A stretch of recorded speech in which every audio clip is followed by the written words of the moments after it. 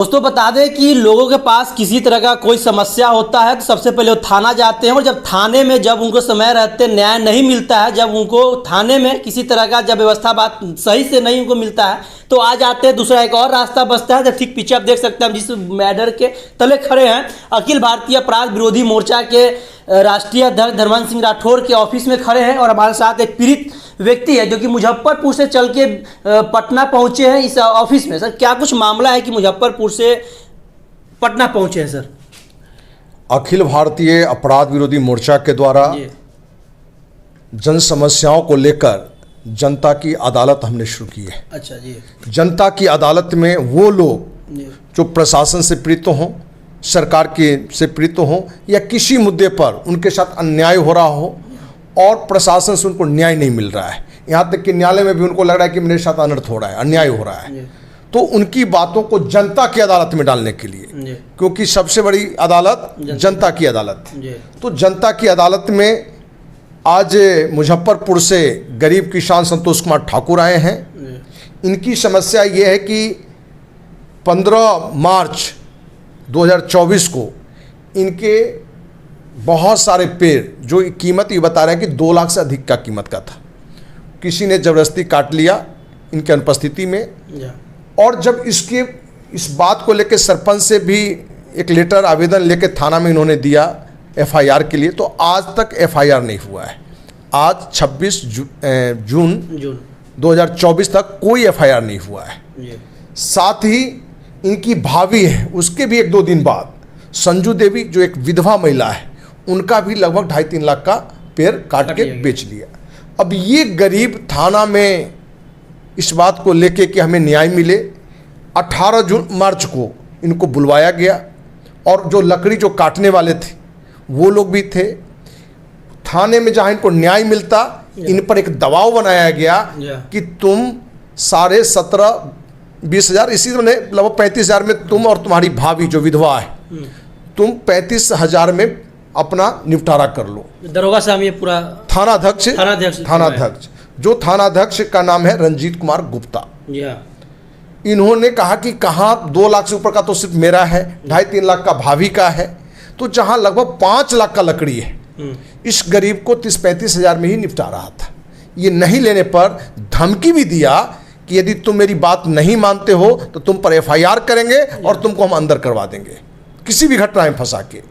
इनका ये भी कहना है कि उस दिन जो इनका लकड़ी जो काट जबरदस्ती लिया, जो अपराधी तत्व थे, वो उसके पास अवैध हथियार भी था। अच्छा। और अवैध हथियार था तो इसकी जानकारी 100% मिल सकता है जांच करने पर, क्योंकि थाने में सीसीटीवी था। इनके साथ धक्का मुक्की भी हुआ है।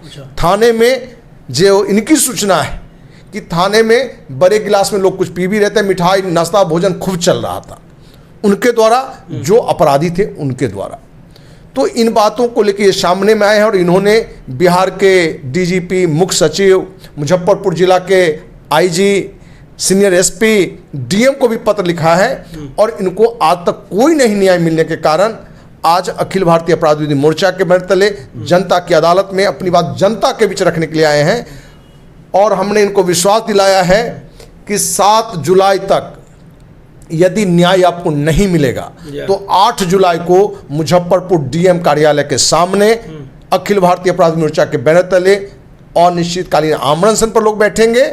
जब तक न्याय नहीं मिलेगा वो अनशन चलता रहेगा। सर ये दादागिरी देखा जाए तो थाना अध्यक्ष हो या दरोगा या पुलिस प्रशासन का हमेशा से रहता है। लगभग हर दिन ऐसा 2-4 केस आपको बिहार में देखने को मिलता रहेगा, पूरा सोशल मीडिया के जरिए आपको दिखने मिलता है। क्या लग रहा है आगे क्या कुछ प्रतिक्रिया? थानाध्यक्ष से जो हमारी बात हुई है, कब खत्म होगी? थानाध्यक्ष से हमारी बातचीत भी हुई है। आप देखेंगे कि अभी भी बातचीत में उसकी दादागिरी है कि वो सही है, ये गलत है। अच्छा। ये गरीब जिसका माने इनका और इनकी भाभी मिला के लगभग 5 लाख का पेड़ चोरी हो गया, एक गरीब उस पेड़ के भरोसे अपने बच्चों की पढ़ाई, शादी विवाह बहुत सारी सोचता है, तो वो उसको न्याय दिलाने के जगह नहीं दिलाने की जगह पर वो अपराधियों के तरह से इसी पर एक दबाव बना रहा है कि तुम ही को हम कैसे फंसा देंगे। अच्छा। शराब में हो कि हथियार में हो, इस तरह के दबाव इस पर बनाया जा रहा है। और ये सारी जानकारी आपके सामने गरीब किसान संतोष कुमार ठाकुर है, आप इनकी बात खुद आप ले लें। संतोष जी हैं जो कि जिनके साथ ये पूरी घटना घटी है, हम इस साइड आ जाते हैं। तो क्या कुछ मामला है कि आज आप अखिल भारतीय अपराध विरोधी मोर्चा के बैनर तले आए हैं, राष्ट्रीय अध्यक्ष धर्मेंद्र सिंह राठौर जी के पास है, क्या घटना घटा है? ऐसा क्या कुछ कहा गया दरोगा साहब से? हम इनका नाम लगातार जैसे मोबाइल के माध्यम से ऐसा सुन रहे थे कि वहाँ हम जाएंगे तो हमको जो है राठौर जी के पास जब हम जाएंगे तो हमको न्याय मिलेगा। मुसहरी थाना जो हमारे साथ किया, एक अपराधी से भी बड़ा काम किया। जब हम 16 तारीख को 15 तारीख को मेरा पैर कटा, 16 तारीख को हम सरपंच को आवेदन दिए, सरपंच बोला है कि थाना में आवेदन दिए, थाना को भी जाकर दिए। 18 तक जब वो कार्रवाई नहीं किया था, 18 को फिर हम दोबारा थाना में गए तो थाना प्रभारी वो बोले कि हमको एसपी साहब का मीटिंग है, उस मीटिंग में हमको नहीं आती, जूम मीटिंग है। अच्छा। तो आप हमको 1-2 घंटा के बाद हम आपसे बात करेंगे। तो हम बोले कि ठीक है हम घर जा रहे हैं। 1 घंटा के बाद ही हमको फ़ोन कर दिए। जितने पेड़ वाले थे, जो काटे हुए थे से, जो खरीदे हुए थे से, माने जितने थे सबको थाना पर बुला लिए। अब बुलाने के बाद जब हम गए तो हमको लेकर इसको इसको हमको लेकर बंद जो लोग करता है वैसे बैठा दिए, माने इधर से जो होने नहीं दिए, अपराधी की तरह। आप बोले कि हम जो कहते हैं सो तुम बात मानो। हम कहे क्या बात माने, हमारा तो पेड़ कटा है। तब बोले कि हम पेड़ नहीं जानते। और उसके बाद हमको 2 घंटा बंधक बनाया। 2 घंटा के बाद फिर वो ऑफिस में बुलाए, जहाँ पे वो सब लोग नाश्ता कर रहे थे। मिठाई उसमें बोतल में क्या था जो हम नहीं देखे। अब ठंडा था कि दारू था वो भी हम नहीं देखे। लेकिन सब लोग खूब हमारे पेड़ का ही पैसा से सब लोग खूब खा भी रहे थे। और हमको यही दबाव बनाया कि तुम 17,500 रुपये लो। उससे पूछा कि पेड़ कितना में तुम बेचा है, तो बोला 35,000। अच्छा। तो हमको बोले तुम 17,500 रुपये लो और तुम चुपचाप जाओ। 17,500 रुपये कैसे लें? हमारा मैंने 2 लाख से ऊपर का पेड़ है और वो भी इसने चोरी से काट दिया। तब बोले नहीं, तुम अगर नहीं लगा तो तुमको इसी टाइम हम जेल भेजेंगे। दरोगा ऐसा बात कर रहे हैं? हम बड़ा बाबू बोले, बड़ा बाबू हाँ, रंजीत कुमार गुप्ता। तब जब हम बोले कि हम पैसा नहीं लेंगे, बस इसी पर शिव शंकर झा जो पेड़ खरीदता है, शिव शंकर झा वहाँ पर निकला और कमर में से पिस्टल निकाला। अच्छा। और पिस्टल निकाल कर हमको बोला कि इसको बंद कीजिए, न तो इसको जो है माने उसका जब वो हम हाथ में धक्का देने लगा तो हमारा उंगली में चोट भी लगा।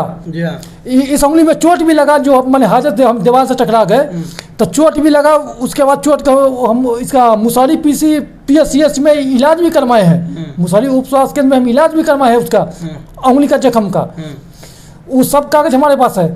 थाना प्रभारी हमको इतना धमकाए और वो शाम के लगभग 3 घंटा के बाद हमको छोड़े थाना से। 3 घंटा के बाद हम अपना घर गए। अच्छा, वहाँ जाते हैं क्या कर रहा, पैसा लेकर के मैनेज करने के बात कर रहे हैं और आपके ऊपर मारपीट भी किया गया। और पिस्टल जो है देख सकते हैं किस तरीके से थाना अध्यक्ष जहाँ पे लोग न्याय के लिए जाते हैं वहीं पे उनको धमकाया जाता है। 2 से लगभग 5 लाख का, 2 आपका और एक आपकी भाभी है, उनका भी पेड़ काट लिया जाता है। लगभग 5 लाख का पेड़ और इनको 17,500 में मैनेज करने के बाद कहा जाता है। जब ये मैनेज नहीं करते हैं तो इनको देख सकते हैं किस तरीके से इनके ऊपर पूरी न्याय हुआ है और अन्याय हुआ है। और देखिए आगे अखिल भारतीय अब अगला कदम सर क्या कुछ रहेगा सर? हमने आपको बताया कि इसमें बिल्कुल इनको न्याय मिलेगा। हम अपने स्तर से भी बिहार के मुख्यमंत्री, DGP, मुख्य सचिव, मुजफ्फरपुर IG, DM और सीनियर SP को भी पत्र भी लिखेंगे।